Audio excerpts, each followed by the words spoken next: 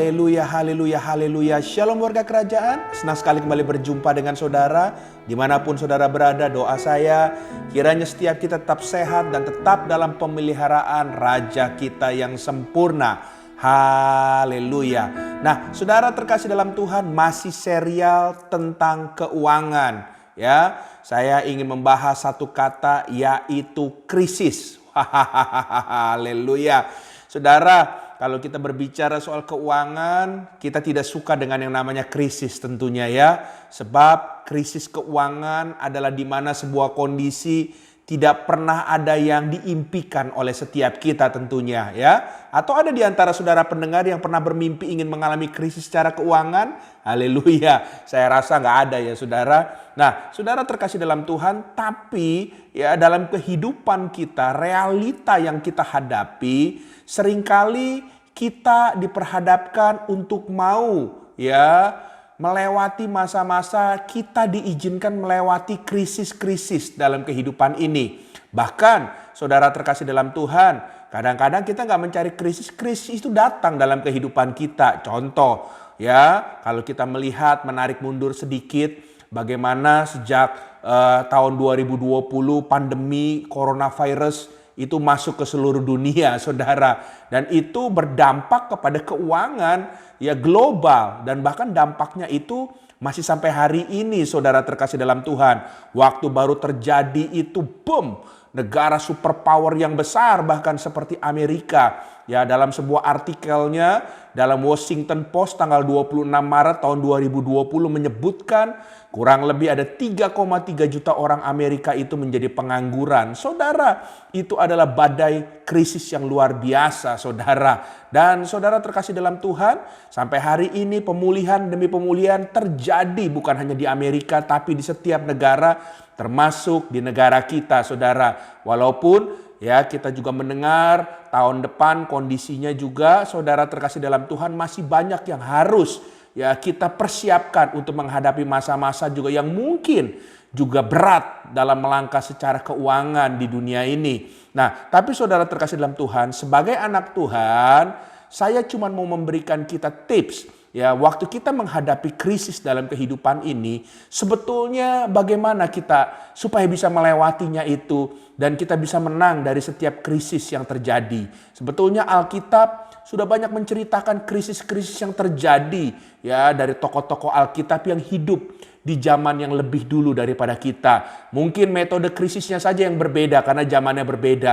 Tapi sebetulnya yang namanya krisis adalah krisis. Dan kita mau belajar daripada perjalanan kerohanian mereka. Bagaimana mereka sebagai orang percaya mereka menang melewati krisis-krisis yang terjadi dalam kehidupan mereka. Yang pertama saudara terkasih dalam Tuhan, mari kita lihat sama-sama dalam Filipi pasal yang keempat ayat yang ke-6 sampai dengan yang ke-7. Filipi pasal 4 ayat yang ke-6 sampai dengan yang ke-7. Demikian firman Tuhan.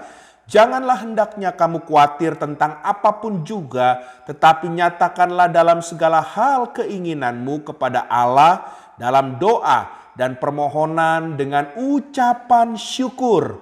Damai sejahtera Allah yang melampaui segala akal akan memelihara hati dan pikiranmu dalam Kristus Yesus. Haleluya. Jadi dalam hal kebenaran firman Tuhan ini, sekalipun kita sedang mengalami krisis, poin yang pertama tips yang diajarkan kepada kita, yaitu kita harus tetap berdoa dan membaca firman Tuhan.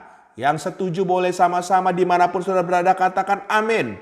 Haleluya. Ya, Tuhan berkata gak perlu khawatir. Ya, bahkan Tuhan katakan kita bisa menyampaikan keinginan kita kepadanya di dalam setiap permohonan doa kita disertai dengan ucapan syukur.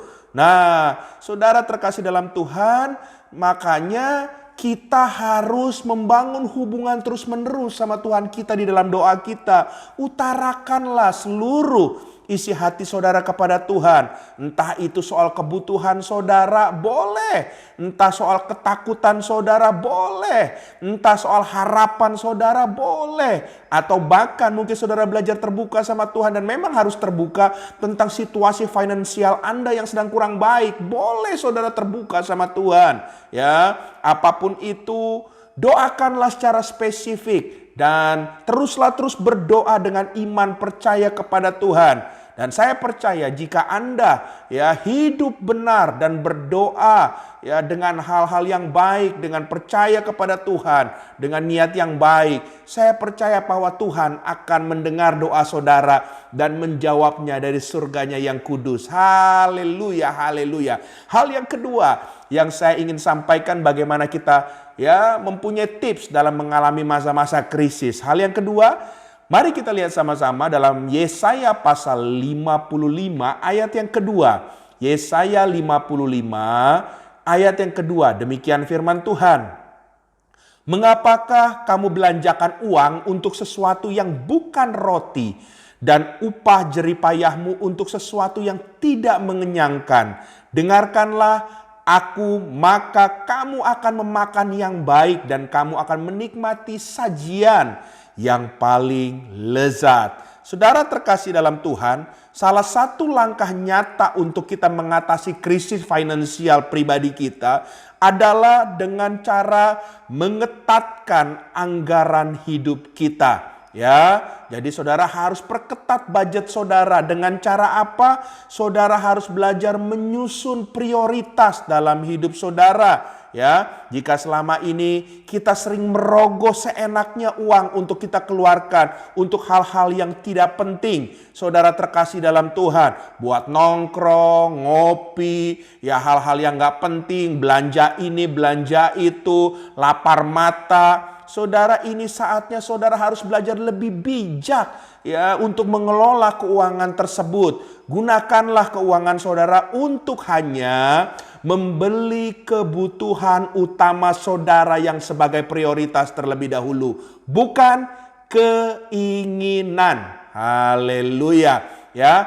tahanlah sedikit dorongan berbelanja dan kesenangan mata saudara. Ya, pikirkanlah kembali hal-hal yang dasar yang memang saudara sedang butuhkan, saudara sedang perlukan. Misalnya, saudara perlu bayar tagihan, bayar biaya kuliah, bayar cicilan-cicilan yang sedang berjalan, bayar apalah sembako untuk makan dan semacamnya. Makanya saudara perlu menyusun budget berdasarkan urutan prioritas itu yang saudara sudah buat. Ya, makanya hal yang kedua ini penting sekali saudara waktu menghadapi masa krisis. Perketat budget dan susun prioritas. Wah, ini gak bisa ditawar-tawar saudara. Haleluya, haleluya. Hal yang ketiga, saudara terkasih dalam Tuhan, mari kita lihat sama-sama 1 Raja-Raja pasal 17 ayat yang ke-8 sampai dengan yang ke-10. 1 Raja-Raja 17 ayat 8 sampai dengan yang ke-10, demikian firman Tuhan. Maka datanglah firman Tuhan kepada Elia, bersiaplah pergi ke Sarfat yang termasuk wilayah Sidon, dan diamlah di sana. Ketahuilah aku telah memerintahkan seorang janda untuk memberi engkau makan. Sesudah itu bersiap lalu pergi ke Sarfat. Setelah ia sampai ke pintu gerbang itu, tampaklah di sana seorang janda sedang mengumpulkan kayu api. Ia berseru kepada perempuan itu, katanya, cobalah ambil bagiku sedikit air dalam kendi, supaya aku minum. Haleluya, haleluya, haleluya. Saudara, kalau kita baca tentang kisah ini, saudara, ini menceritakan bagaimana sedang terjadi bencana kekeringan. Ya, nah saudara, tiba-tiba Nabi Elia datang. Dan saudara, Nabi Elia itu berjumpa dengan seorang janda miskin yang ada di Sarfat. Saudara bayangin, ini janda miskin, bukan janda kaya, saudara. Ya, nanti saudara boleh baca di 1 Raja-Raja komplitnya pasal 17 ini dari ayat 7 sampai 16 ya. Dan Elia meminta minum kepada janda tersebut. Ya, haleluya. Saking keringnya minum aja mesti minta, saudara. Makanya kalau saat ini saudara masih berlimpah-limpah dengan air, pergunakan air dengan bijak. Ya, dan banyaklah minum agar kesehatan saudara juga baik adanya. Haleluya. Nah, saudara, kalau kita baca kembali kepada perenungan firman Tuhan ini, ternyata Elia minta air minum ini uniknya, ini juga adalah perintah Tuhan. Haleluya. Ya. Nah, saudara bayangkan, waktu andaikan kita berandai-andai, saudara, Elia tidak taat, dia merasa gengsi. Ya, mungkin dia bilang, "Oh, aku hamba Tuhan, masa aku air aja aku harus minta sama janda miskin? Ya, mungkin airnya itu nggak bersih atau apa," saudara, pendapat dia. Ya, saudara, nggak mungkin mukjizat itu terjadi, saudara. Ya, namun kita lihat Elia nggak memusingkan egonya, pride-nya. Elia melakukan apa yang menjadi bagiannya yang Tuhan suruh dalam hidupnya. Ya, nah saudara terkasih dalam Tuhan, seringkali kalau kita dalam kondisi keuangan yang memburuk, ya ada jalan-jalan yang mungkin sekeliling kita bilang, kamu coba jalanin ini, kamu coba melangkah seperti ini, coba saya dukung kamu di sini.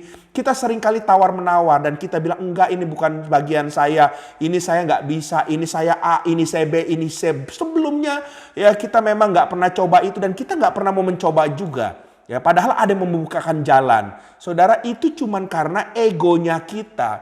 Jadi hal yang ketiga, kita harus belajar.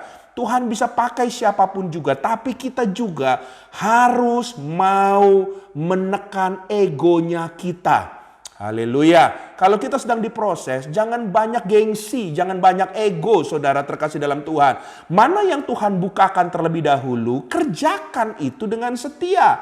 Ya, saudara nggak minta-minta, ya. Tapi kalau saudara sharing, ada yang mau menolong, membukakan jalan dan lain sebagainya, saudara coba dulu. Sebab mungkin, walaupun itu mungkin akhirnya, di akhir cerita hidup saudara itu bukan yang final buat perjalanan hidup saudara di bidang tersebut, mungkin di situ tuh saudara melangkah satu seperti saudara melangkah ya Yosua di sungai Yordan. Ada langkah baru dibukakan. Saudara, semua akan terbuka menjadi batu lompatan dalam hidup saudara. Jadi saudara terkasih dalam Tuhan, hal yang ketiga, jangan gengsi dan ego lagi. Haleluya. Sebab yang menghambat kita jalan tertutup karena gengsi dan ego kita. Oke, Tuhan memberkati kita. Menanglah dari setiap krisis yang Tuhan hadapi dalam hidup kita. Sebab saya percaya krisis itu untuk mendidik kita, untuk kita menjadi pribadi yang kuat. Dan kita punya kesaksian yang dahsyat bahwa kita punya Tuhan yang luar biasa. Haleluya.